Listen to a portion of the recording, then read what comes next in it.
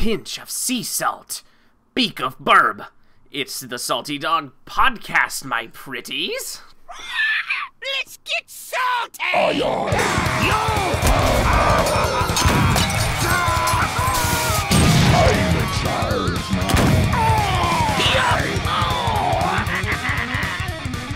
What's up, guys? Welcome to episode 37 of the Salty Dog Podcast. I'm Clash, he's Dookie, and we are your salty captains. Ahoy there, mateys! Yahar! There be witches afoot, lads. That's right. we're docking in the Witchwood. That's right. We saw it from the crow's nest. We saw a murder of crows from the crow's nest. So, new expansion hype. That's right. I'm excited. Well, okay. I'm not quite as excited as I have been for other expansions for reasons I'll expound on when we get to that part. But Same. I am happy for a meta change. That needs to happen. Yeah. That's the biggest. Yeah, I want new cards and I want the meta to be different. So yeah. Yeah, that's the main thing. Yeah. For sure. We've had a handful of cards revealed, 10 actually, exactly. So we're gonna talk about all those, of course, and just a couple other things that go along with the expansion and things they've announced and stuff like that. So mainly focusing on that today. We do, of course, have our card submission challenge at the end, as always, but we're pretty much just gonna do news, Q&A, and card submissions, and that should take up the whole show today. But what have you been up to as far as your week? Been playing much or not really? Oh, not a whole lot. I've been playing enough to just do my quests, but like I know you and I both feel the same way. Like we're just so over, but wild and standard right now. So I pretty much just like I'll do tavern brawls or just make silly wild decks and play them in casual just to do my quests. Yeah. But other than that, like I'm so ready for things to be shaken up. Yeah. Basically, I've been doing the same thing. I was having a lot of fun in Wild for a bit, using, like, different versions of Control Mage and stuff, but I got burnt out on that even, and I've basically just been doing what I always end up doing by the mid-season or nearing the end of a meta, is just playing a bunch of Arena. Yeah, I did a little bit of that too. Yeah, which is cool. I have managed to use a couple of the cards, the new ones they made just for Arena. You know, the like OP. Oh, those are there now? Those are out, by the way. The ones that they revealed. There's 9 cards, one for each class, that you can now draft. It's like, you know, Warrior's Blazing Longsword and the 0 mana spell for Warlock that replaces your whole hand with demons and stuff like that. Yeah. I actually just used that in a game today, and it ended up being crazy. Every demon I got was so good. I got 2 copies of Cruel. Oh, shit. Yeah, and I actually managed to get an activation on one and cheat out Dread Infernal. It was insane. What I've noticed from Arena, from playing almost exclusively Arena lately, is that the changes have made the decks in Arena just incredibly more powerful. They went from like 6 to 11, like in power level. Yeah, I like how they straight up ban certain cards from Arena or tweak the appearance rate of certain cards in Arena because they're too powerful. But then they're like, here's 9 overpowered cards. Have fun, guys. Yeah, I just don't know what their plan is with Arena. Right. Yeah, I don't think they know what their plan is for Arena either. I don't either. I really don't either. I don't know how to feel about it yet. I do feel like they at least achieved one aspect of what they said they were trying to do with Arena, which was that they made the decision-making process when you have to choose from those 3 cards more difficult. Mainly, to me... It is! Yeah, it's because they're all so good now. Like, I almost never feel like I have to pick a bad card, so... Well, yeah, it's like... I thought it would make things like simpler and like dumb it down, but it's actually kind of the opposite. Yeah. Because you're like, these are all good, but which one works better for my deck? So it's not just like it's not a matter of pick the OP card or the best card. Now it's actually you got to think about which one of these 3 good cards you want. Yeah, exactly. And it does make it harder. I don't know. I don't know if maybe certain things are off still with the offer rate, because I've seen so many more duplicates of cards being offered. I've had to pick over, like, for some reason I've drafted a couple Warlock decks, and for some reason it keeps wanting to give me that Mist of Corruption or whatever, that 2 mana. I've ended up with it in both of my Warlock decks and had to pick over it like at least 6 times or something. I'm like, why are you doing this to me with this card? I had the same thing happen. Who's the Paladin card? The I'm drop dead gorgeous. Oh yeah, the Argent champion or something. I can't remember what he's called, but in my last arena run with Paladin, I ended up drafting 2, but I could have gotten 4. Wow, yeah. So I don't know if something needs to be looked at there and like tweaked possibly with the offer rates, but I actually got a priest deck. I think this was the best I've done since the new changes, that had 2 Draconid operatives and a Duskbreaker. Oof. Okay. Yeah, so I got a lot of dragon stuff. Like, I don't know. I keep seeing a lot of duplicates offered, which is strange. That was Arrogant Crusader, by the way. Arrogant Crusader, that's the one. I was on the right track with the AR, you know. We should have known by the quote. I'm drunk dead gorgeous. He's arrogant. But anyway, yeah. You want to dive into the new stuff? I think everybody wants to see what's new, what our thoughts are, all that. I definitely do. I have to give a quick disclaimer here up front. I am kind of sick. So if you're listening, or even if you're here watching me, I might be like sneezing, have to, blow my nose some. Sorry, but it's gonna happen. I'm having issues here. This is ridiculous because we're 3 months into 2018. I'm already sick. I was sick winter last year. I get sick all the time. This is something you get sick all the time. That you guys. So let's mark it. I want to mark the date in the episode. We are here. It's March 15th, episode 37. I am sick. Let's see. You guys can go on this journey with me, and we'll see when I get sick again. It's probably just like a month or 2. So anyway, moving on. Let's talk about Witchwood and cards and all kinds of stuff in our new segment. What's happening? Gadgets and Gazette always gets the scoop. Time is money, friend. Keep it quick, kid. I ain't got all day. Alright, so first thing we're going to do is let's just run through the cards. There are 10, like I mentioned before, there are 10 cards revealed. Some of them are really interesting new mechanics we haven't seen, starting right here with first one, Genn Greymane. Genn Greymane. Yeah, he's, as far as, tying this into lore, the Witchwood is that like the first zone right outside of the Worgen starting area in WoW? Is it? Because I never played them. I'm not sure. I think it is. I could be wrong, but it's heavily, there's a lot to do with Worgen there. It is at least close to like their starting town, and Genn Greymane is like the leader of the Worgen. The Witchwood is a forest found in northern High Mountain. Harpies control these woods with the Tauren of Cliff's Edge watching nearby. There is a forest in Gilneas, though, referred to as the Witchwood, which is called Blackwall. Yeah, so that's the one. This is the one they're talking about. Yeah. Yes. Okay. So it's in Gilneas, which is like the right in the center of like Alliance control territory and stuff. Yeah. So anyway, that's just a little bit of the lore of the Witchwood. And we'll get into that more later as like more of the cards get revealed and stuff. But Genn Greymane is the leader of the Worgen. And he's looking pretty dope there. I like his artwork. But he is a 6 mana, 6/5 with a new effect called Start of Game. It says, if your deck has only even cost cards, your starting hero power costs 1. So obviously, like, a pretty powerful effect, especially to get just guaranteed at the beginning of the game, but quite a huge, like one of the hugest deck, like restrictive deck building requirements that we've seen, even possibly more so than Highlander, because Highlander, you can put 1 of each card in, but you still have access to whatever you want. This is very restrictive. It means literally what it says. You could only put even cost cards, so we're talking 0, 2, 4, 6, 8, and 10.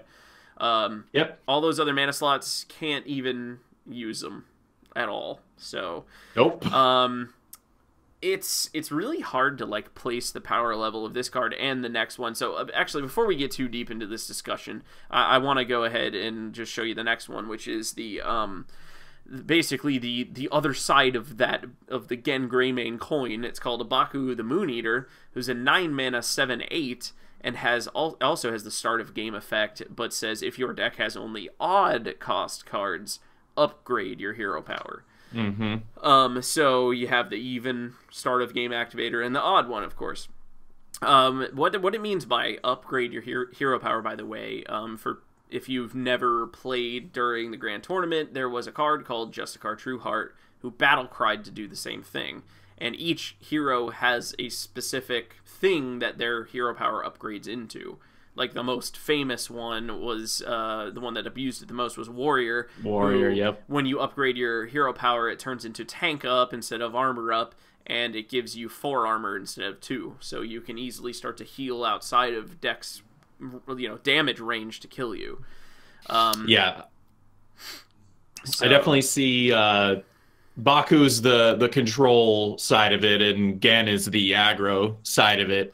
It does seem clearly to be that way, yeah. By, one mana dudes for Paladin, 1 mana totems, 1 mana life taps, 1 mana hunter hero power. Like, that's just such good tempo.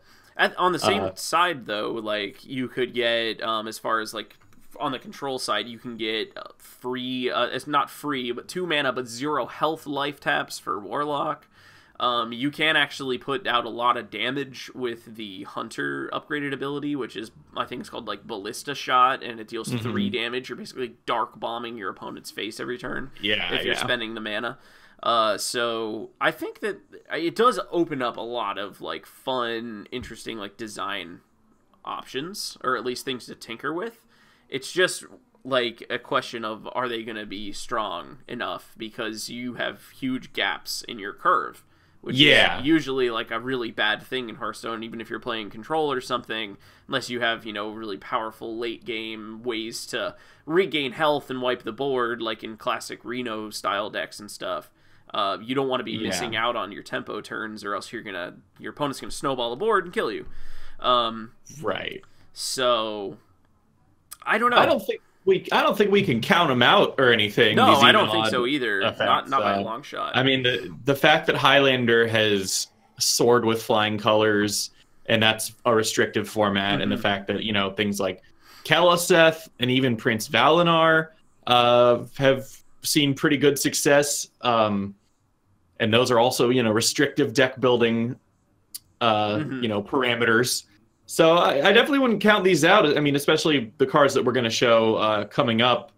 They have some really, really powerful effects for if you manage to build the deck that way. Yeah. So, no, I'm not saying by any means that I think they should be counted out or won't be good. I'm just saying it's really hard at this point, especially in a vacuum, not seeing the other cards in the set, and also based on the fact that a whole 3 sets are dropping off, so all those cards in those mana slots, like, we're going to have a much smaller card pool. So, if anything, I think that if these cards start out not quite, like, underperforming a little bit, like, not quite as strong as people are predicting they're going to be, or as they look like they might be, they'll only get better. Just like Highlander decks, when they get...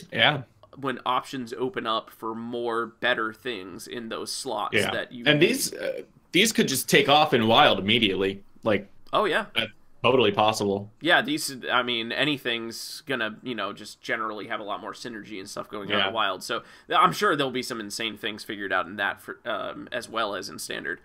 But very, very interesting new ability. I kind of thought it was going to end here. Like, as far as the odd-even thing, I thought they were just, like, it was one thing. These 2 cards are the only thing that does it. But I was surprised when just today, luckily for us, they started releasing some new ones, and they're all synergies with these odd/even style deck constructions. So, looking at the first one here, it's called Gloomstag, and it is a druid minion. It's a beast, 5 mana, 2/6 taunt with Battle Cry. If your deck has only odd cost cards, it gets +2/+2. So you're looking at a 5 mana 4/8 taunt. If and you wouldn't use this unless you are. So it's always a 5 mana 4/8 taunt, which is obviously a really, really strong taunt minion. Very good. That's the same stats as Primordial Drake, which is already a very difficult minion to remove. It's 2 less attack than Bog Creeper, but also 2 less mana. Yeah. So super cheap big wall there. Yeah, it's this. You know, just obviously, you know, if you get the activation, which you will, it's gonna be an overstated minion. Exactly, it's going to be very good. And this was, I think this is like perhaps the best example of this. They are definitely pigeonholing classes into either the odd or the even side. You know, it's really exciting to at first see that Gen Greymane and Baku are neutral cards, so thus you can make either one with, you know, you can make an odd cost deck or an even cost deck with any of the classes, but then they turn around and print specific odd/even cards for classes. So it looks like Druid is kind of getting at least, I don't know if we'll see an even cost one given to each class too, or who knows. Yeah, it's kind of too early to know. Yeah, it is. It's definitely too early to know, but it is interesting to see that they are like picking one for you. I could even see cards that say if your deck has only odd or only even cost cards, it does like a thing or it does different things or something. But this clearly says you have to be playing a Baku Druid deck to use this. So that was interesting to me. I was totally taken by surprise to see that they were, because, you know, I thought for the longest time, Reno was the only Highlander card. You know, and then they only made a few more. They only made 3 more cards after that. So I kind of thought that they were going down the same path as like Reno, just being the only one repping their little, you know, mechanic for a while. Yeah, I see what you're saying. Yeah, so I was definitely surprised by this. Yeah, they're going all out with it. They're going ham. So let's look at some more of them. The next one is the Priest one. Priest is pigeonholed into the odd cost as well. It says 5 mana, 4/4, Battle Cry. If your deck has only odd cost cards, double the health of your other minions. So you're interfiring the board. This, I don't know. I mean, this definitely strikes me immediately as only a combo enabler. And if there isn't a deck that can basically OTK you with this, you know, using some sort of combination of Interfire, or Void Ripper, or, you know, swapping of health and attack, it's just not really gonna do anything. It's not a very, I mean, it's such a horribly statted minion on top of having this restriction. I mean, you might not even play this card if it didn't have the restriction. Like, you know, I think it's, if anything, combo enabler, you know, with some kind of Interfire deck. But other than that, this thing is this thing's kind of bad. Oh, one thing I just noticed: every single one of these is going to be a beast. Oh, okay. Yeah, the stag was a beast. This moth is a beast, and the next 2 actually are beasts as well. Interesting. I mean, beast, the beast tag doesn't usually mean much of anything unless you're playing hunter. But I mean, we have seen other things. Yeah, druid sometimes, and we have seen other things like the curator, like randomly matter for beast tags and stuff like that. So who knows? There might be a little bit more beast stuff going on in this set. And you can run curator in this because he's odd. So yeah. Is he still in?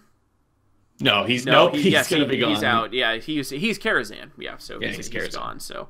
And also, Gloomstag being a beast, Druid likes to have beasts. They're like the secondary beast class. So that, you know, that's there.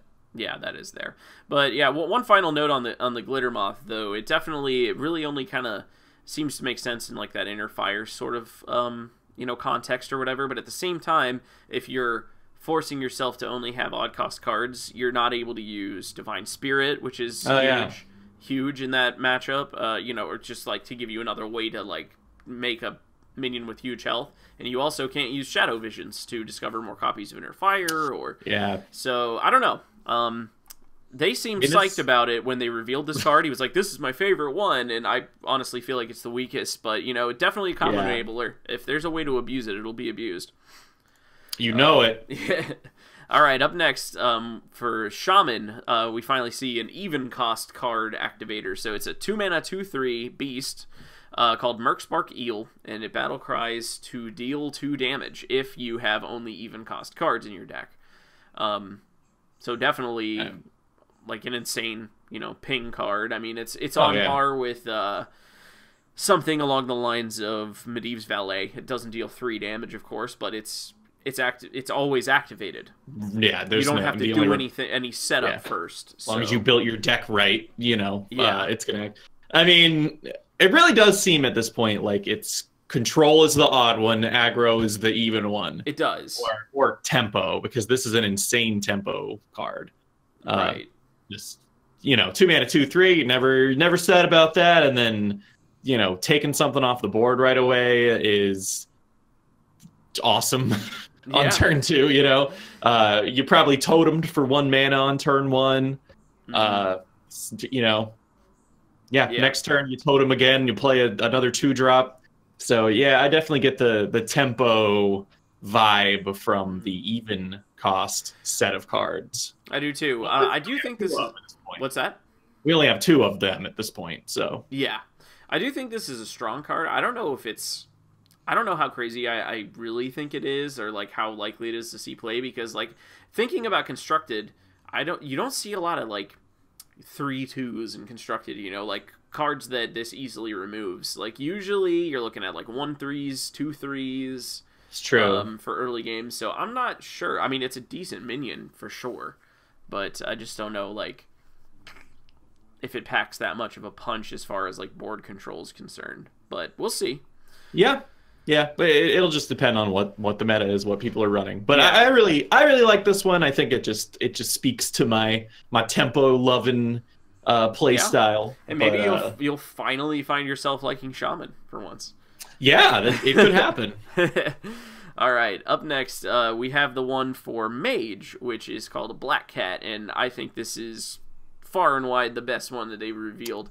Yeah. It's a 3 mana 3/3, also a beast, has spell damage +1, and battle cry. If your deck has only odd cost cards, draw a card.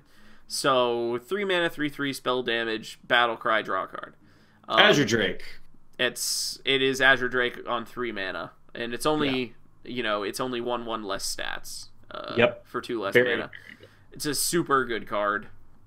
It synergizes with early removal spells. Like hopefully Mage will get something that's an odd cost removal spell on par with something like Arcane Blast was, that benefited double from spell power. This is exactly like the kind of thing that you would want to combo with this card.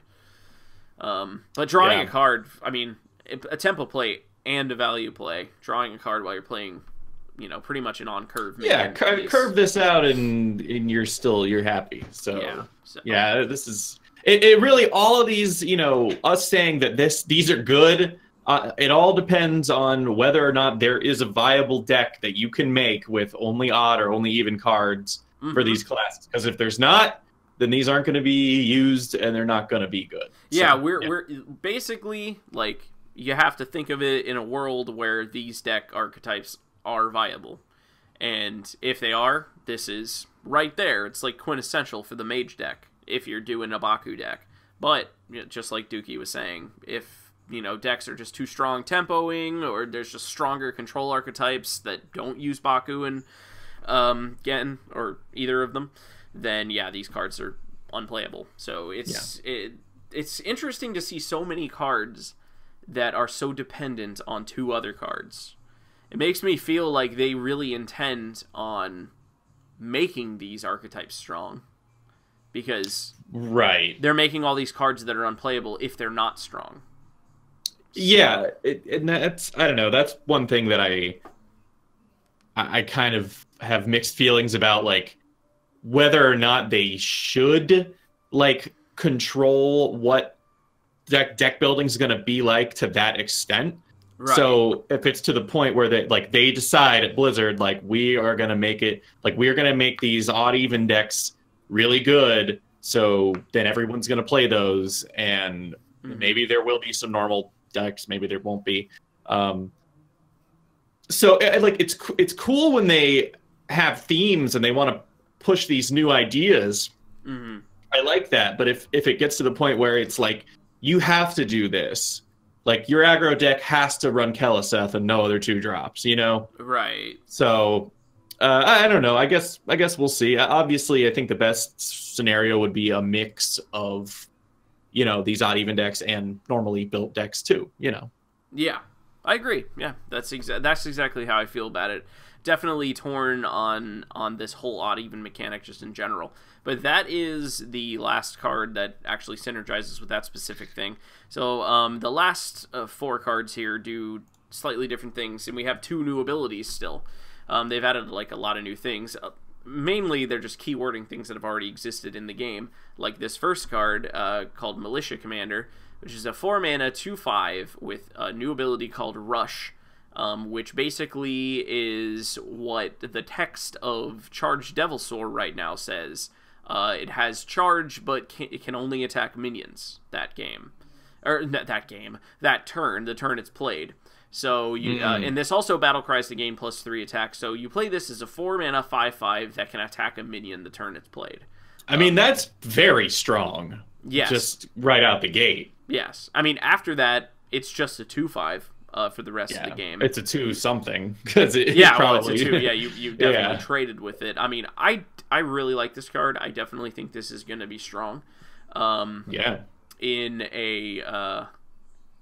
in a board centric warrior deck that wants to like get on board and keep your board clear and stuff, it is even, so you can't play this in a Baku deck. Like if you wanted to play a control warrior thing, this isn't going in it. Gen. Sorry? Even as Gen Greymane. Yeah, Gen. You could play Gen. I'm saying you can't play Baku. Okay. Yeah, I was saying, like, because they've been hyping up Baku as a control warrior enabler. That they released a video where they're like, "Oh, you remember Tank Up," which was like became a quintessential hero power in the game. It definitely seems like they intend to try to use Baku to bring control warrior back, but this doesn't go in that deck. No, it's not necessary. I mean, it's aggro-ish, but it's more like tempo mid-range kind of thing. Yeah, which we don't really see from warrior often. It's historically been lots and lots of control, and then pirates happened, and that was hyper aggressive. So we'll see. A great card, but like, is there going to be an archetype that benefits from using it?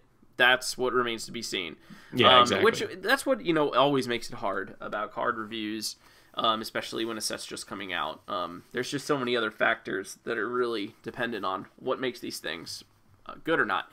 But it is interesting to note, I don't know if they have... I've looked it up, and I couldn't find any clarification on this, if they're going to retroactively go back and give Charged Devilsaur Rush.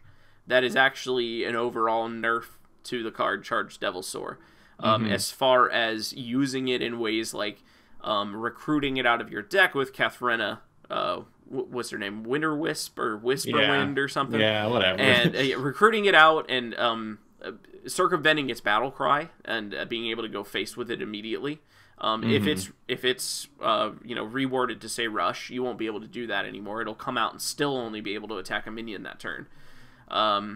So that might be sad for, there have been on and off decks using Kathrena to try to recruit out, things like King Crushed and Charged Devilsaur to try to get charge damage to face. That'll kind of ruin those decks if they do end up doing that. Although, so far they've only reworded things, they've only keyworded things that say exactly specifically what the keyword does. So like, what's that crappy warlock spell? Is it Drain Life? The 3-mana deal 2 damage, gain 2 life? Like that didn't get changed to Lifesteal because it functions slightly differently because it's affected by spell damage and yada yada. So the fact that Charged Devilsaur doesn't explicitly say like the Rush effect, then maybe he won't get changed. Maybe he will. I don't know. I guess it remains to be seen, but it would be a slight nerf to a small archetype. Yeah, well, I actually agree with you. I don't think they're probably going to keyword it with Rush, mainly because, taking a look at the next card, this is our next new ability that was introduced. It's called Echo, and basically what Echo means is you can continue to play this card over and over again as long as you have the mana, but only the first turn you played it, which is exactly how the card Unstable Evolution functions. But they've already said that they are not going to go back and re-keyword Unstable Evolution to have Echo. Really? Yeah, I'm not sure why, because that pretty much is exactly what Echo is. But yeah, I mean they redid Wicker Flame Burn Bristle to have lifesteal, so yeah, I don't know why they Echo honestly just makes more sense. Like just seeing a keyword ability and being like, I know what that does, versus reading what Unstable Evolution says, which actually doesn't make a lot of sense. right. So I don't know. That seems weird, but yeah, in that case, then Charge Devil Soar, yeah, they're probably not going to touch it. Watch them just change Charge Devil Soar and leave Unstable Evolution. I have no idea, but I did see that clarification was made that they're not going to retroactively apply Echo. So, what is this card, though, in the first place? It's a 3-mana 2/4 taunt called Phantom Militia. So basically, it's just an okay minion on its own. It's a Squirming Tentacle from Whispers of the Old Gods, which is something that sees some play in only Arena, because the 3-mana 2/4 taunt's just not that good. The Echo ability obviously makes the card just stronger. If you have 6 mana and nothing else to do with it, you can play 2-mana 2/4s. But at the end of the day, I just don't see how that's any better than Serenite Chain Gang. I mean, of course, they're 2/3s. Oh, yeah. But I really don't think that this card's that good. I think this is destined really for mainly Arena. I agree. Yeah, I don't know. It's just it's so much mana to spend on, not much tempo. I mean, if anything, it's like some card advantage, because you're only spending 1 card to put a lot of minions out on the board. So yeah, I don't know. Maybe Control would appreciate the value that you can kind of get out of this by, holding off your opponent's minions for another turn and not actually having to expend any of your other like valuable resources. But overall, it's just kind of unimpressive. Yeah, I think I can see one potential archetype where this would be pretty good, and it would be a Baku quest warrior trying to play a bunch of taunt minions. This is an odd cost. You want to play a lot of taunt minions to complete your quest, so this kind of fits into that. But other than that, I don't really see it. Yeah, it'll be decent in Arena, but that's about it. That'll be nice in Arena, yeah. It's a really incredible card in Arena, because, I mean, Squirming Tentacle was good enough as it was, so this is definitely something you'd want to pick up. All right, moving on to the next one. This is kind of an ability that's it's just not keyworded, but it is a new ability that I think we're probably going to see on more than just this card. It's a 3-mana 2/4 just neutral common minion called Pumpkin Peasant. It has lifesteal, but each turn it's in your hand, you swap its attack and health. And that's basically it transforming from that, what he looks like there, that dude, to looking like a Worgen. So he has like a human form and a Worgen form. And I think that since Worgen are obviously like a pretty central aspect, like aesthetic of this expansion, we'll probably see more of these cards that like swap their attack and health as like a Worgen transformation. Yeah, if it's thematically a Worgen transformation, then I'm sure we'll see more. Yeah. But this card, I don't know. It's okay. Yeah, I mean, this is not a constructed power level card. This is just, again, this is like a pretty decent Arena card, Yeah, I mean, honestly, I feel like you want it to be the 2/4 most of the time. Probably, yeah, unless you're, really trying to use it to like remove a minion or something. Yeah, that's about it. But yeah, I mean, it's just like an interesting, little flavor mechanic for the set. Now, if there's like a minion that has taunt, that has this attack and health switching, like what if there was a minion with rush and taunt, and then like you'd want its attack to be higher if you're going to rush it, right? But you want its health to be higher if you really need the defender. What, I don't know, that was just off the top of my head, but like that, that makes the decision more interesting than do I want a 2/4 or 4/2, because that's just, I don't know. Yeah, this is like a pretty vanilla example of like what you could do with that mechanic. Yeah, I agree. And finally, the 10th and final card that we've seen, definitely I think one of the most interesting and kind of hardest to gauge ones. It's a 7-mana neutral legendary called Azalina Soul Thief.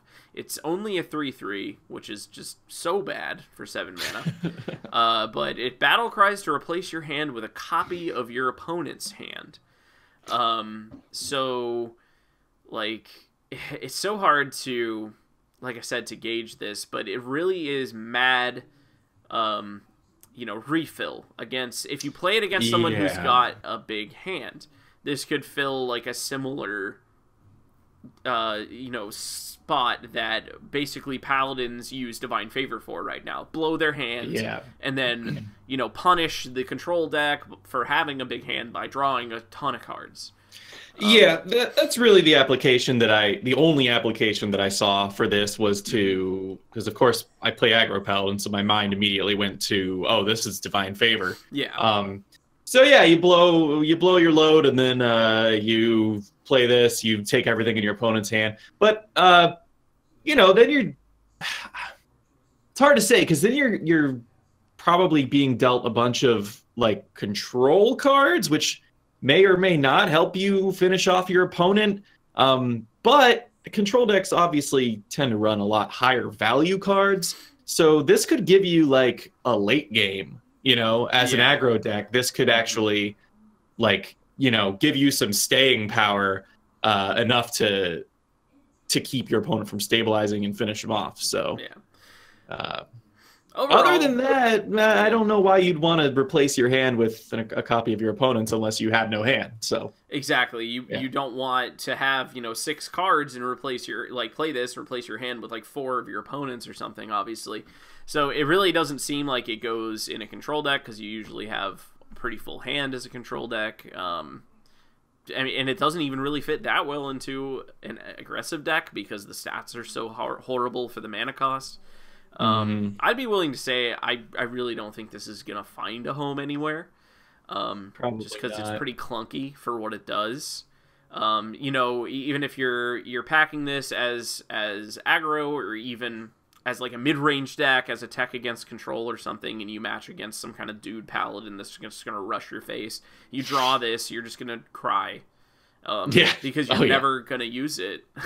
And it's just taking up a spot in your hand, The other application, I guess, is like you will then know what they have. Right. But they'll also know what you have because they have it. So you'll know that their last card is Leroy Jenkins before they run it into your face. You use it, you're just like, oh well, shit. Okay, concede. Yeah, good to know. Save me 10 seconds. So yeah, I don't know. Interesting, but a little too clunky, a little too high mana cost, in my opinion. Yeah, should probably be a bigger minion, but we'll see, man. This thing could just come out of nowhere and be the next salty card that we talk about. It could be. It honestly who knows? Could. That's the thing. Of course, we do our best to try to take into account all factors of, what cards exist and what cards may come into existence. But we'll just have to we'll revisit that, when more of the cards come out for this set. Yeah, for sure. But how do you feel about just like this set as a whole? I wanted to ask you just like the aesthetic, the cards we've seen, just like what are your thoughts on it? I guess I wasn't like as thrilled about it as I have been about Frozen Throne for sure. I was pretty excited about Ungoro. I was pretty excited about Kobolds. I would say on the excitement level, it's definitely one of the lower for me. Yeah. Just based on the aesthetic, seemed a little like goofy and cheesy, but I know that's kind of their shtick. Yeah. So I wasn't really surprised. I like that it's a, kind of Halloween-y. Yeah. It definitely fits with this Raven theme. Yeah. Which actually that's something we can talk about because of our predictions. We were like, oh, maybe it's going to be Emerald Dream, but the fact that this is Witchwood and, ravens are associated with like Halloween and witches, and then potentially the next 2 expansions are going to tie in there. Somehow. So yeah, somehow. But yeah, it's I need to see more really, but I'm intrigued. Mm-hmm. Not like mad. Oh no, I'm not mad either. I don't know. I just the first thing I thought was, why is this the first expansion of this year? Wouldn't this make a lot more sense if it was releasing, I don't know, around October? Like, I thought this exact thing. When Halloween is happening, like, I know that Hearthstone years don't coincide with real life years, but like I'm pretty sure that Blizzard employees are aware of holidays and when they occur. Like I don't know, that was just the strangest thing to me. I was and like, I mean, what is the Hollow's End? Is that the Halloween thing in WoW? Hollow's End. Hollow's End happens in WoW during real life Halloween. Yeah, so that's so weird that it's not released. Yeah. Like I honestly feel like I would be way more excited about it if this was the third expansion of the year and it was October right now. I'd be like, ooh, we get a spooky expansion. Yeah, you know, the Halloween spirits in the air, and you're like, ooh, I see what you did, witches. Yeah. So like right now, it's like starting to warm up, and it's like spring's happening, and they're like, but it's a spooky forest. Yeah, I don't know. It's weird. That was the first thing that got me, but I was like, whatever, you know, like at the end of the day, it's the cards that matter. And then they revealed the whole odd/even cost thing, and I just don't like it. Because at least, you know, the most comparable thing we have right now is Highlander, but at least with Highlander, you still had the entire, you know, collection of cards that you had to look at and say, okay, is this good enough? Is this too greedy? Do I need more stuff to protect myself in the early game? This, you're basically going to hit, okay, like, they're adding even a new filter button for odds to even cards. Are they? Yeah, they said when you, like, it like somehow magically unlocks, like, when you put the card in your deck somehow. They're like, once you add Baku to your deck, then the filter becomes available. Oh, weird. I know, it's strange. But basically, you're going to filter it and be like, okay, so I start with Baku. Now, let me go put in all the cards that synergize with my class for odd cost only. You know, like you would with Raza and Kazakus with Highlander decks or whatever. Yeah. And then after that, you just go mana slot by mana slot and be like, what's good in these slots? And then I just put that in. And yeah, I don't know. Like, that's really... It feels like the deck's almost going to build itself. Because you know, you're going to know, like, what you want to accomplish. And you're going to have so few cards to choose from, especially at the start of this, that it just, I don't know. I think it restricts design more than it opens anything up. Yeah, it's obviously very restrictive. Yeah, it's very bizarre, and I hope it's not the kind of thing that, like I said earlier, is going to be like so prevalent that you're basically, all the decks are going to be forced to be these even odd decks. Yeah, because if that's the case, that'll be kind of groan worthy. And mana curves are a thing for a reason. Like, mana curves are very, very important. Like, you know, that started in Magic in like the early 90s, and they like discovered like what a mana curve was, and that adhering to it, you know, and having more things to play early in the game was important. And so now you're going to have to, like, just have a crap load of 2-drops or something.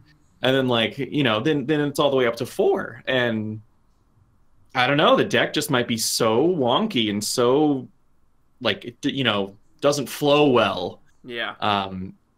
Well, so, I mean, yeah, well, we'll see. Definitely, I mean, definitely what they are planning is that in those awkward off turns where you don't have an on-curve play, like, you are utilizing either the cheaper or the upgraded hero power to fill that gap, which, sure, that makes sense logically. Like, you can do that, but, you know, generally speaking, playing a 3-drop alongside a 1-mana 1/1 still probably isn't going to be as good as just playing a good 4-drop. Right. And that's why I say, like, I'm not entirely sure, like, how, like, you know, how well, like, how strong, like, tempo decks are going to be. And if they are really strong, I kind of feel like these odd even decks might get blown out, you know, just by pure board snowballing. But, I don't know. Yeah, I have a lot of, like, reservations about it. And I don't want it to... Like you were saying, I don't want it to be the only game in town. I kind of feel like what's going to happen with this ultimately is that 1 or 2 of these archetypes is going to emerge as pretty decently strong. Just like after a while, the only class that could go Highlander was Priest. And, you know, until they nerfed Raza, and then that was gone. I kind of feel like there's going to be a class or two that can use odd or even deck constructions, and Yeah. it'll get down to one specific construction that's the best one, and then that'll just be the thing. Yeah, I mean that's what usually happens, Yeah. Like they tried to give all the classes Highlander options, but that never really took off for Mage. So yeah, it'll probably end up being just one or two of them work, and then the rest don't, or like it'll be like hand buff where none of them work. Yeah. So yeah, and then I just hope we don't end up in that place. I really don't, because I really do like it when you can kind of throw together your own idea and it can at least struggle on ladder. Like you can at least make some progress. You can get some wins here and there. I really hate it when certain deck constructions emerge as so powerful that they smack everything that's not like a guaranteed sure thing powerful meta deck just like straight down. And I really hope that's not where we end up, because I feel like that's where we are now. Oh yeah. So I'm just. I feel like it always gets to that point, but yeah, I feel like there have been times where there was a little bit more like free reign, like to kind of try your own thing or whatever. And I don't know. We'll see. Yeah, that's just my preliminary concerns. But yeah, I totally get that. Yeah. But moving on, there's just a little bit more stuff that they announced about the expansion other than just those new cards. They have said what the new solo play mode is going to be. It's going to be called Monster Hunt. And it's going to be similar in ways to Dungeon Run, but instead of just choosing one of our normal 9 classes and going into it that way, it actually has 4 unique classes. So it's something brand new. They have their own cards. They have their own hero powers. And I don't know, like the gameplay might not be exactly like Dungeon Run where you pick little packets of cards afterwards. I don't think the details of that have been revealed at this time, but I think it's pretty cool though to have it be a truly unique mode. They did that a little bit with Dungeon Run because you can use the treasures that you get and stuff, and they're fun things that you never get to use anywhere else, but these are like straight up new classes, and that's pretty cool. Yeah, that's interesting. Yeah, it says on the actual official page, after you beat an encounter, you choose loot to improve your Monster Hunt deck. Your choices between 3 sets of 3 cards picked randomly from a number of different thematic buckets available to your current hero. Additionally, at certain intervals, you get to add special cards to your deck that improve your unique hero power or otherwise synergize with your hero in a powerful way. So yeah, it's basically the same mechanics as Dungeon Run with that. Okay, that's what I expected. Which is cool. I liked that. So yeah. Yeah, so it's a lot of fun. For those of you waiting for Monster Hunter on PC, you'll get to Monster Hunt in just like a few weeks here. Who are you talking to? I don't know who that might be directed at. But I'm looking forward to that. It's always fun to have Dungeon Runs played out, but they have said that Dungeon Run will still be around, and that they do not have plans currently for what's going to happen when Kobolds is no longer standard as far as like Dungeon Run's concerned. So I don't see why it should go anywhere. I mean, yeah. You can go back and do all the old adventures if you have them, right? If you have them, yeah, you can. But they're not purchasable anymore, so it's weird. Yeah. It's like a weird little limbo there. It would be interesting if they do make it no longer playable, because then the card back that it gave is basically like a feat of strength. You can't get it anymore. Oh, yeah, that's a good point. They should do that. I like having things that other people don't have. Yeah, we should start using our old adventure card backs more often. Like, yeah.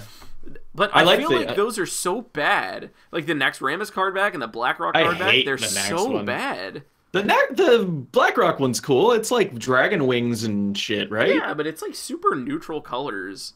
Yeah. It's like the basic bitch dragon wings. Yeah. So I don't know, but yeah, I think that's about it for Witchwood, right? Yeah, that's all we've heard so far. They are just a couple more things actually. The pre-order for Witchwood, they're being like super generous with it, and they're giving you, if you pre-order it, you get 70 packs for $50 instead of 50, which is kind of crazy.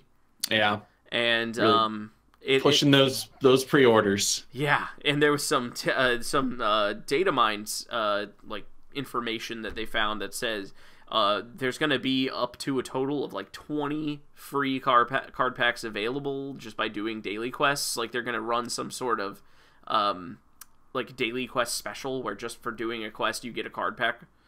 So that's another thing to look out for. They've already said that they're going to do something special for the new year, so I feel like that's going to be tied in, and it'll probably start coming out pretty soon because mid-April is technically now the projected release date. I think it's going to be a little bit later than we've seen it in previous years. So April 12th is currently the date being kicked around as far as when we might see it.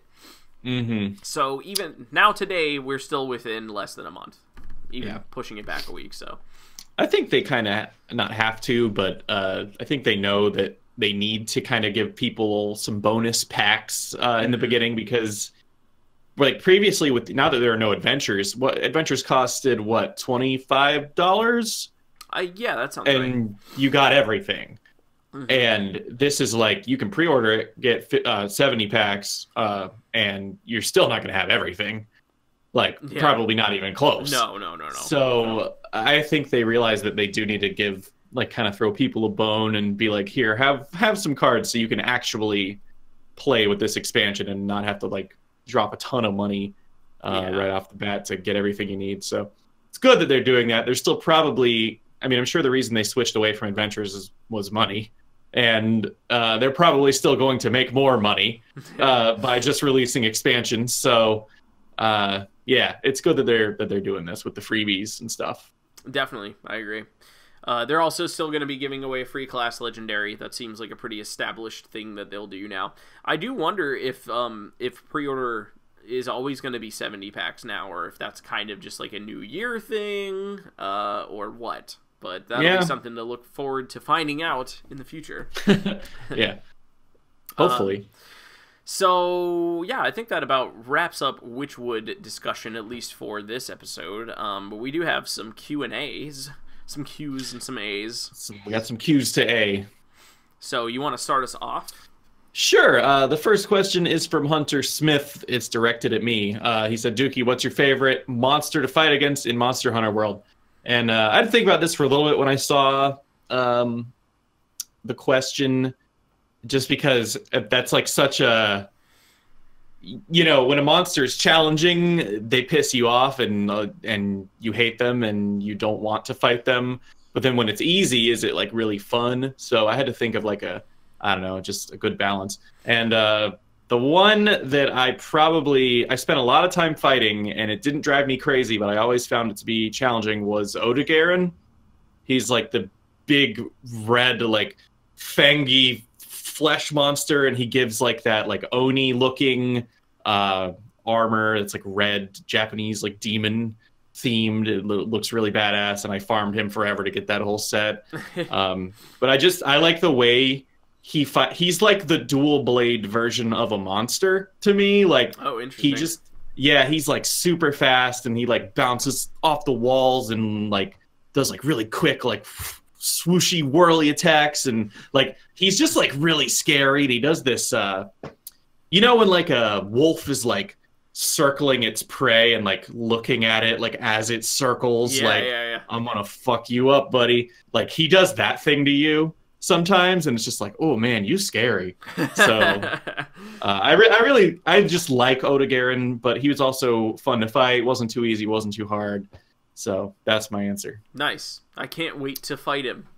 Yeah. Sounds like a good time. It's gotta be a good time. It's gonna be a good one. All right. Up next from M, we have all of these are seriously all questions. There's 3 of them. They call all end friendships. So like, did not hold back at all on these questions. Okay, GIF or GIF? GIF. I agree. I agree with GIF. That is the right answer. This is a particularly like sensitive topic in my household because my girlfriend is in the online marketing industry and swears up and down that in the industry they say GIF. So well, they're stupid and wrong. So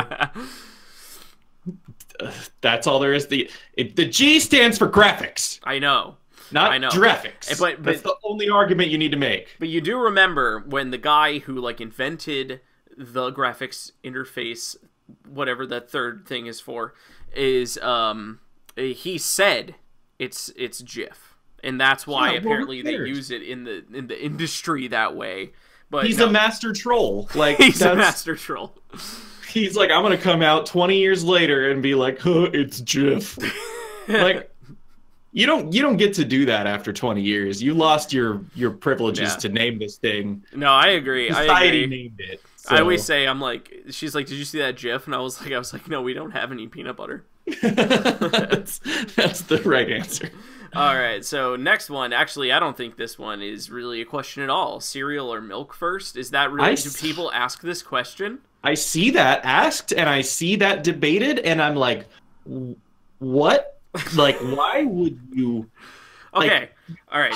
So when you put the cereal in first, you pour the milk on there. It integrates nicely. Yes, it fills the negative space. Yes. When you put the milk in first, you pour the cereal on top, and it floats. And that bitch floats. Then you gotta stand there and like smack it down with your spoon. Like it's all Like I don't really know if anybody actually does.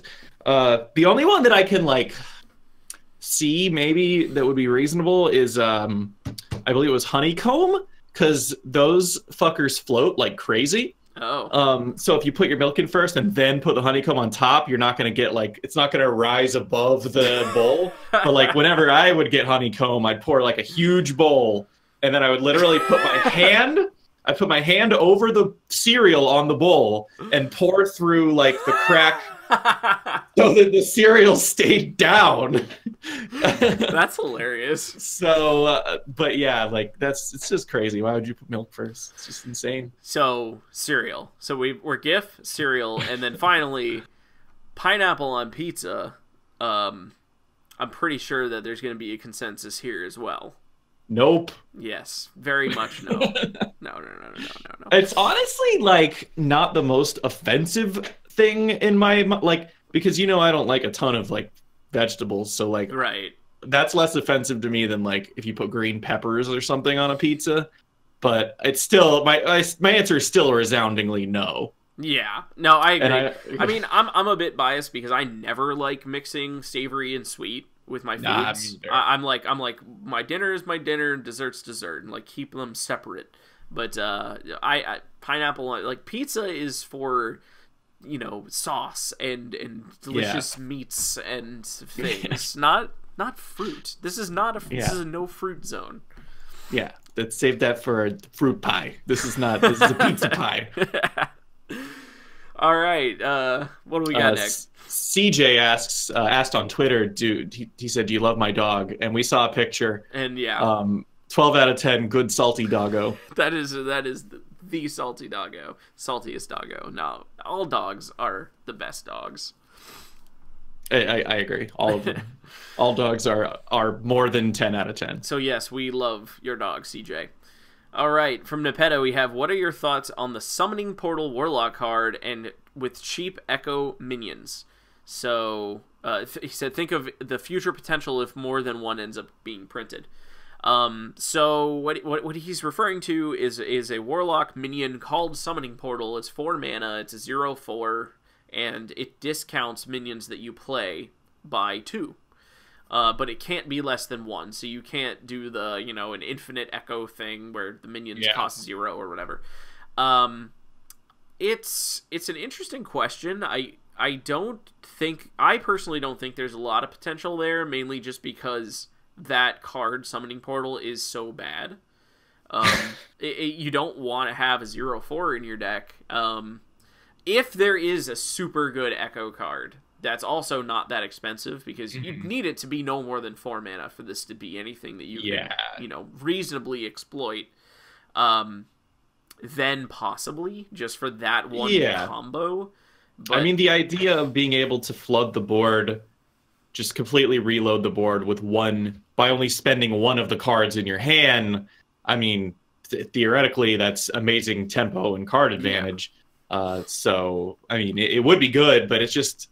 it's a combo. It's a matter of having that 0/4 out for a turn and surviving to do this the next turn, or just having a lot of mana and doing it all in one turn. Yeah. But then you probably just get Dragonfire potioned and that's it. So it's possible. but I wouldn't say probable. Yeah, it doesn't seem like it to me. Like it seems like just kind of just not as powerful as it would need to be to warrant having a 0/4 in your deck. I mean, the combo that you got to pull off with that would just have to be so absolutely devastating to your opponent that I can't see like the card that would work with it. I mean, looking like, at the only one that we have is, you know, playing that and being able to play like 4 2/4 taunts. It's like, well, I mean, turn 4 you get your portal out. Assume it lives. Turn 5 you get to drop 5 2/4 taunts. I mean, that's pretty good. Yeah, it's not bad. It's definitely not bad. I have to say that, like, just knowing Hearthstone, I just feel like it's probably not gonna be a thing. Yeah, but it's a good idea. I didn't think of it. Yeah, it is definitely an interesting idea, and if there is some kind of crazy echo minion that you definitely shouldn't be able to echo that many times, then maybe it will. Maybe something will come of it.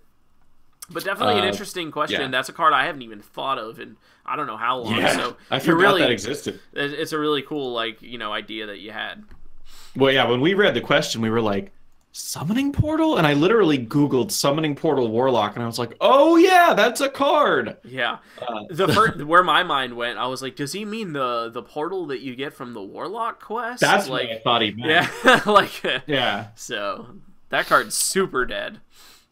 Yes, dead AF. The next question is from Dougie Fresh. He asks, what would you guys like the new Shaman Death Knight card to be / do, or what do you think it'll do? So, all we've seen of that is just like a snippet, a glimpse of the card art. We know it's going to be called Hagatha. Hagatha, yeah. Because Hagatha is the person who like corrupted the Blackwalled and made it the Witchwood. So that's why they've decided to make her a hero card.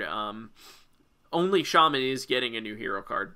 Oh yeah, we forgot to go over that. Yeah, Shaman's it's a new hero card for Shaman, and yeah, they're the only one getting one. So, and I feel like that's so. I kind of have a little bit of a theory here as far as like what I think it'll do. It's so Evolve is rotating out because that was Old Gods. And then Thrall Deathseer has the Evolve effect. And so you really can't use that Death Knight unless that's your deck, like you're running an Evolve deck. Right. I mean, you can, but I don't know if you necessarily would want to. So I think what they're trying to do is make it a little more broad. And I had to guess, I would say it might do something with totems. Because we've seen witches in the past in this game. Because she's a witch, right? She's like a ogre witch. She's like the witch. Orc. Yeah. So she's like a witch. Her name's Hagatha. So she'll probably do something with totems. And they also were trying to like create some new totem synergies in kobolds and catacombs that really didn't get used.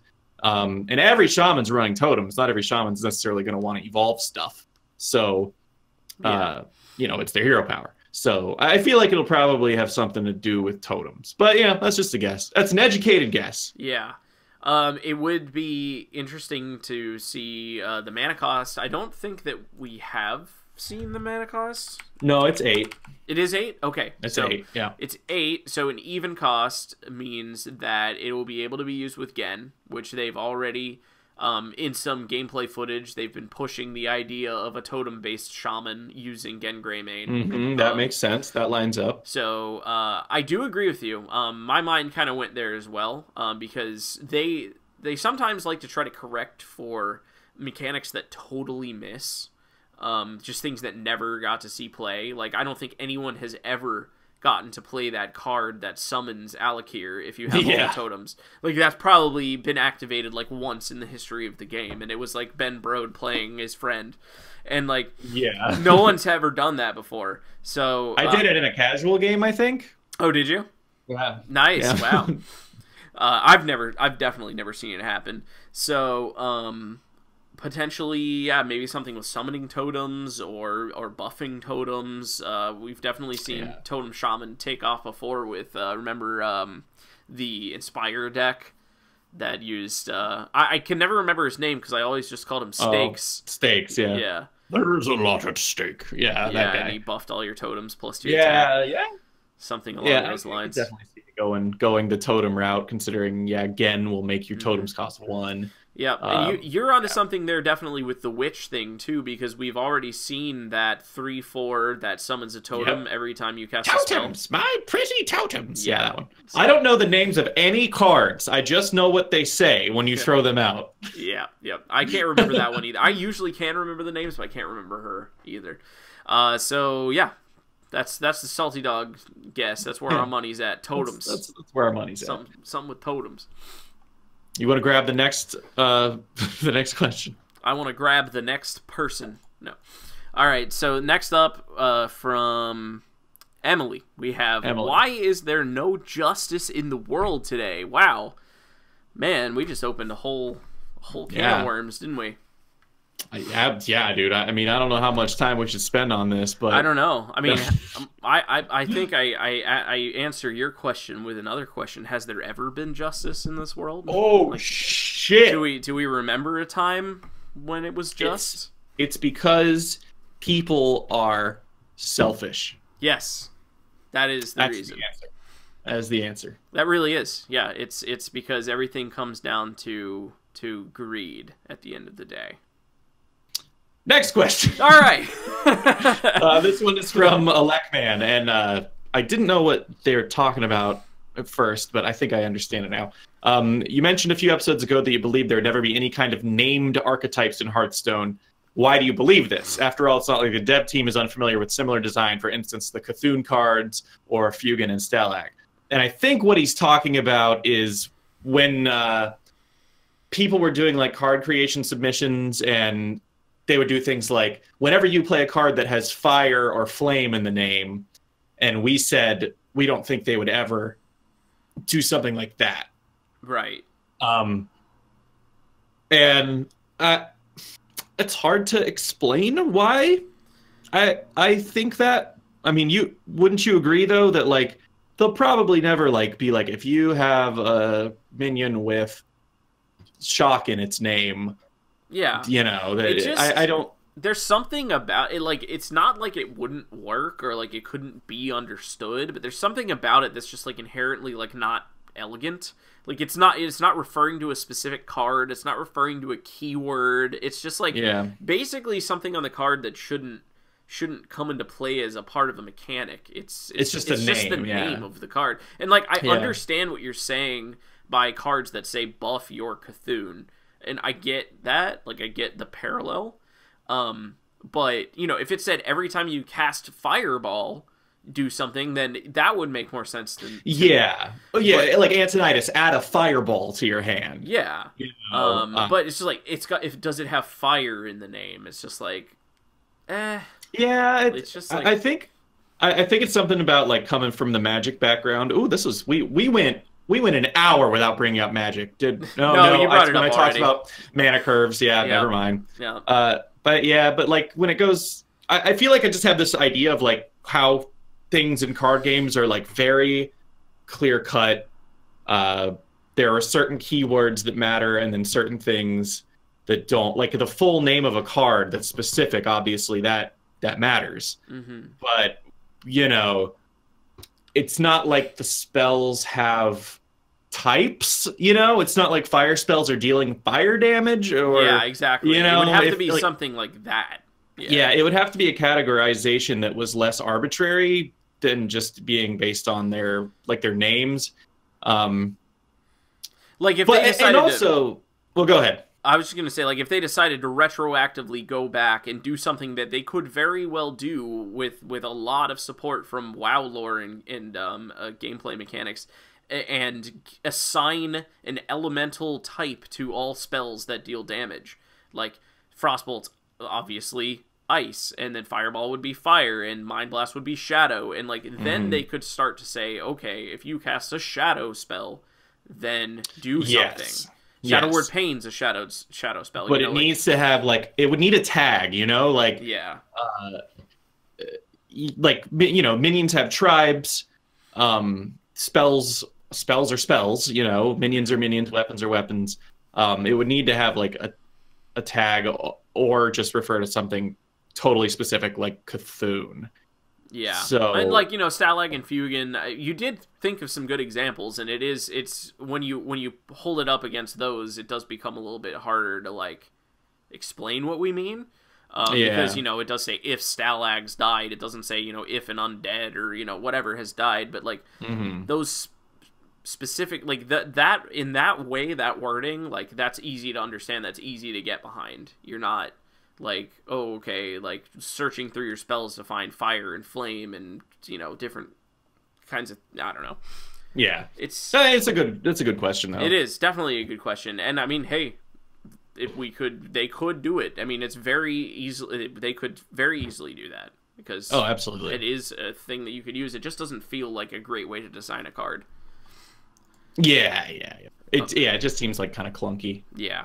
All right, last up from Shogun HS. What are your thoughts on the potential of the even and odd decks coming from the Witchwood? Okay, so we already kind of... Yeah, we basically kind of covered this already. If anything, if it starts out weak, I still wouldn't count them out because they're only going to benefit from a bigger card pool. Yeah, for sure. But right off the bat, it's just too hard to say. Really, without seeing the new set. I mean, we could bust out all the even and odd cards that we currently are going to have available and just see, you know, basically it's going to be where the strong cards are.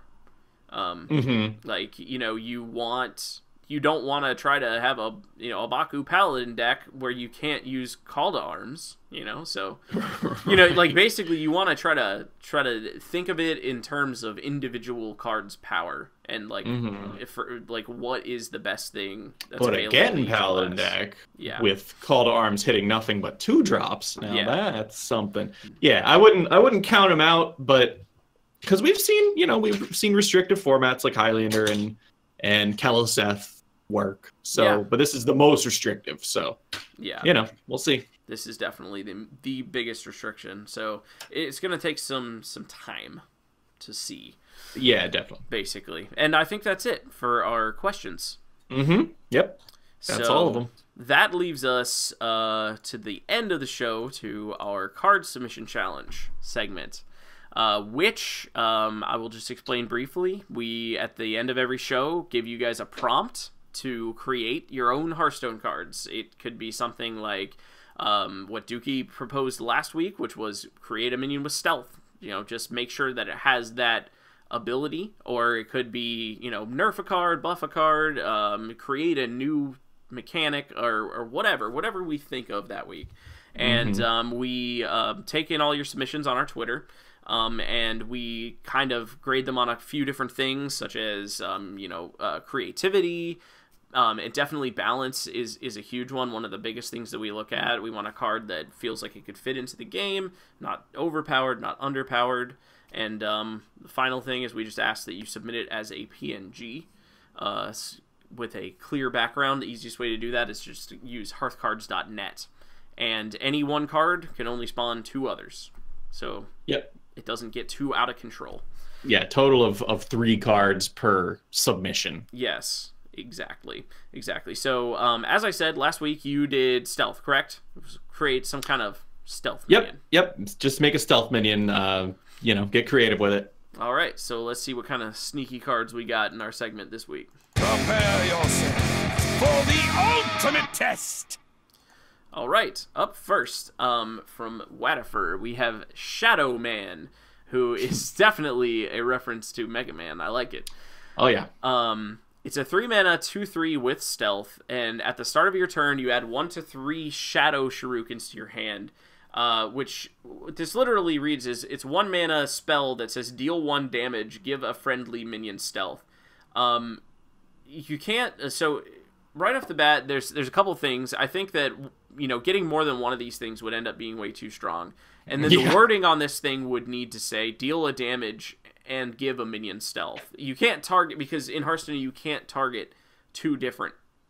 You can't have one spell target 2 targets. Yeah. You can't deal the damage.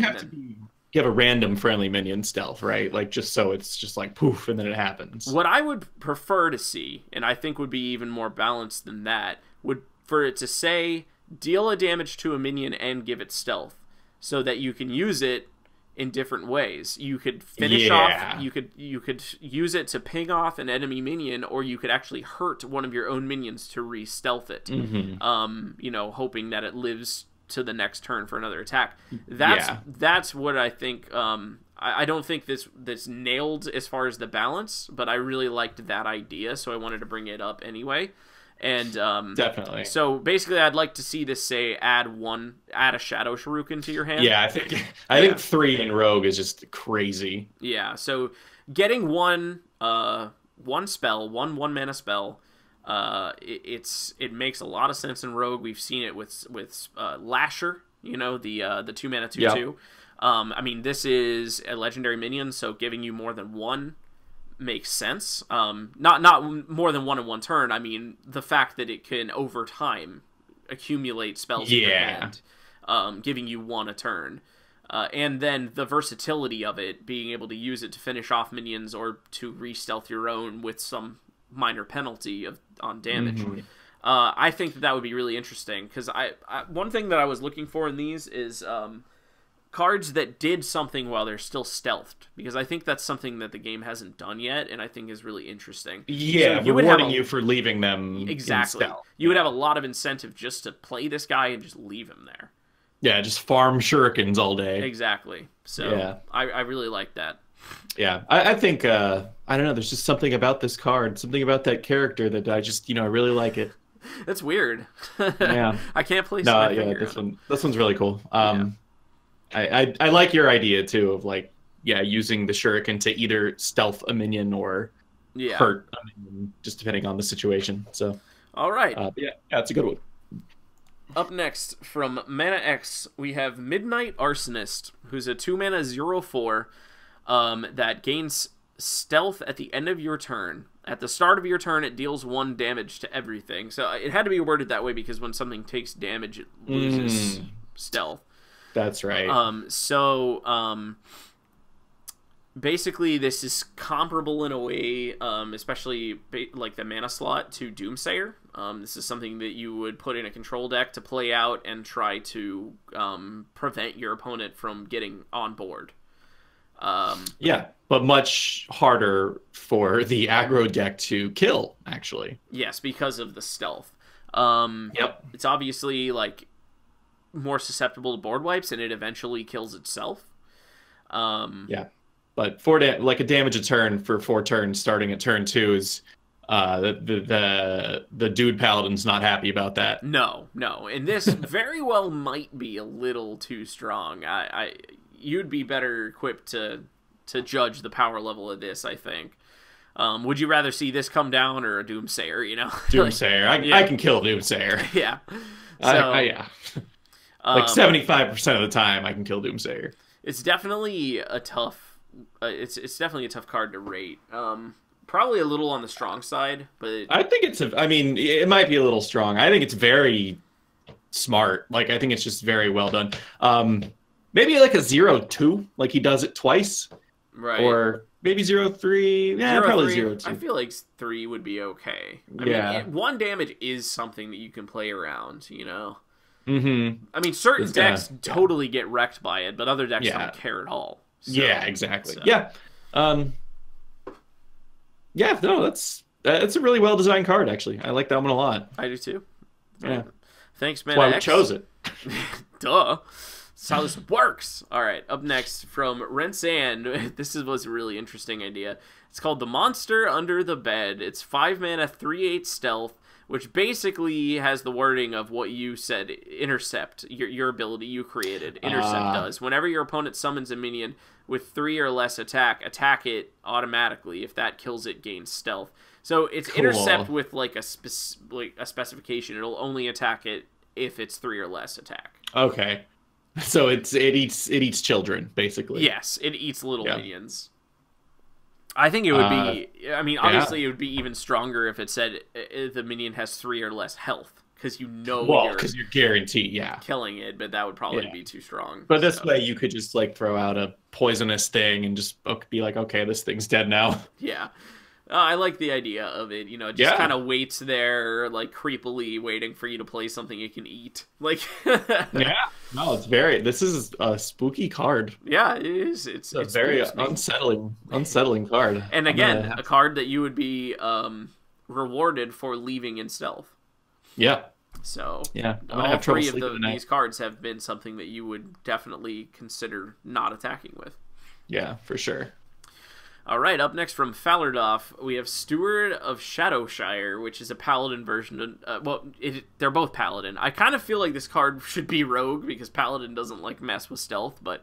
3 mana, 3/3, whenever you summon a 1 health minion, give it stealth, as opposed to Divine Shield. It's probably just not as strong as Steward of Darkshire, because Divine Shield's Divine Shield's very strong. Yeah.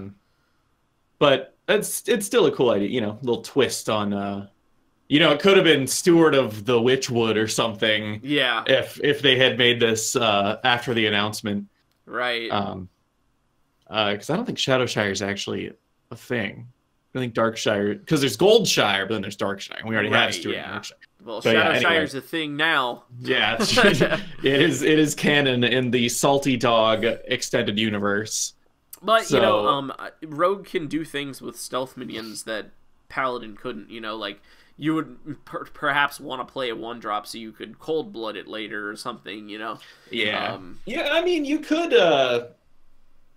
well, I was going to say you could buff it, but you can't buff stealth minions with you can't target them, right? You can. Stealth minions, target? Yeah, stealth minions can be targeted by the controlling player. Really? Yes. Interesting. So, Paladin could drop a Kings on something and make it real scary. Yep. So, that's a cool idea.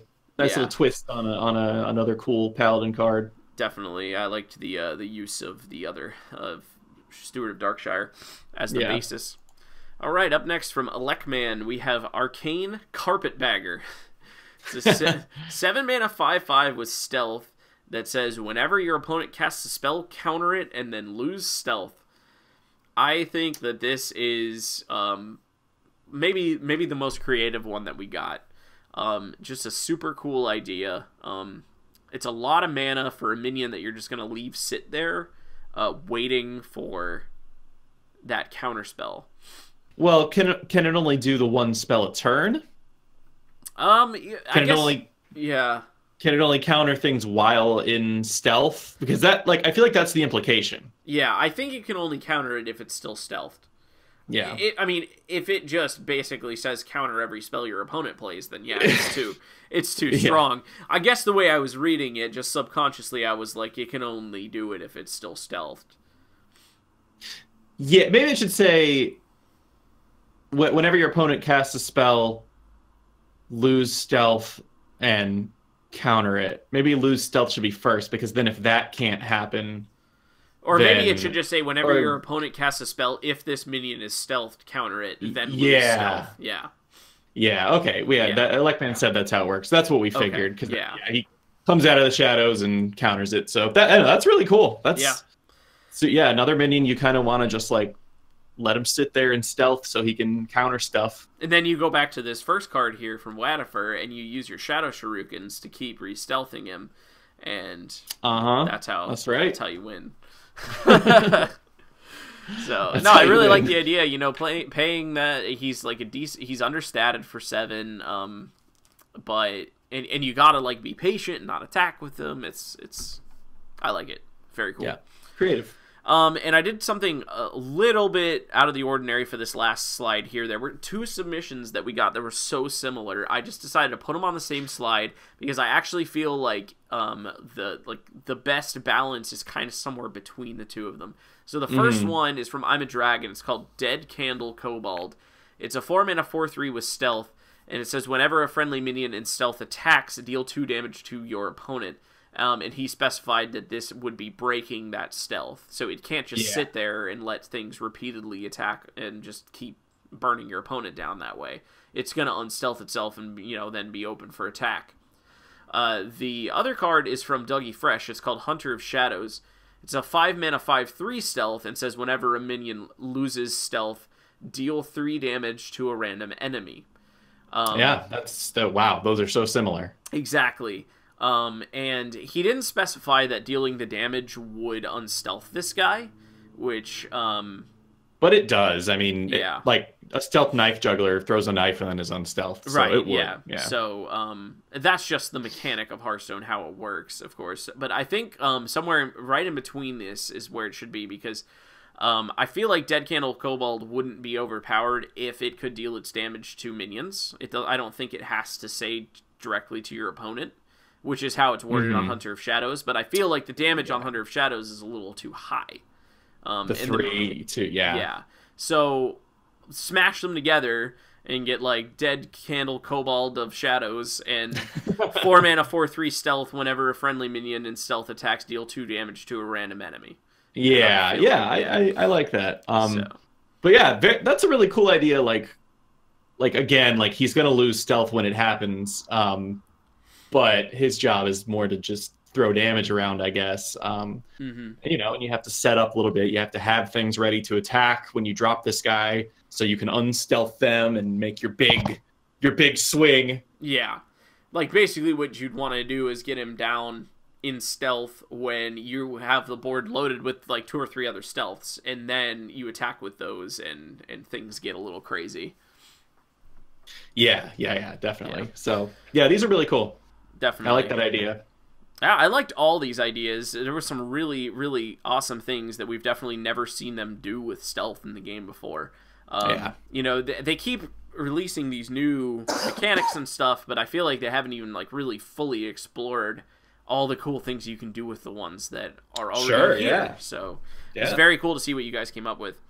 So last up, as always, Dookie and I always make a card, rise to our own challenge. So let's see what you made. Yes, Worgen Duplicator. This was a little spin on Worgen Infiltrator. And I didn't have an idea for my own challenge, and then I saw the new expansion came out, and I said, I want to use one of these new keywords. So Worgen Infiltrator is a 1-mana 2/1 stealth. This guy is a 2-mana 2/1 Echo stealth. So he costs more, but if you have a bunch of mana, you can play a bunch of these Worgens in one turn. Yeah. And get a little stealth army. Which will then in turn be immediately wiped out by the next board wipe. So I have such like board wipe PTSD. Like it's not even fun. But yeah, so it's fairly simple. But I just wanted to use one of the new keywords. You get a lot of value. You know, it's easy to reload the board. You could put this in Paladin with Steward of Darkshire out. Well, you could in Wild, I guess. Yeah. And then, you know, play a bunch of these. They all have Stealth Divine Shield, you know, throw on a Rallying Blade. You're living the dream. So it's very, very simple. Yeah, Aorcos, I agree. It is a bit basic, but I just wanted to try my hand at one of these Echo cards. Yeah. I think Echo cards are always going to be kind of basic, honestly. Yeah. They can't do anything too crazy, and they can't cost too much mana. I mean, the most an Echo card could cost is 5. And that really wouldn't make any sense because you could just cast it twice, right? But yeah, I feel like they're really not going to ever cost more than 3, honestly, because if it's 4, then you can only do yeah. So it's kind of they kind of all have to be like sort of like this. I think it makes sense. I could see this being made. I mean, you know, something a little less silly than Worgen Duplicator, but yeah. Let's give a shout out to our boy Dougie Fresh for the resub for 2 months in a row. Thanks, Dougie. We appreciate that.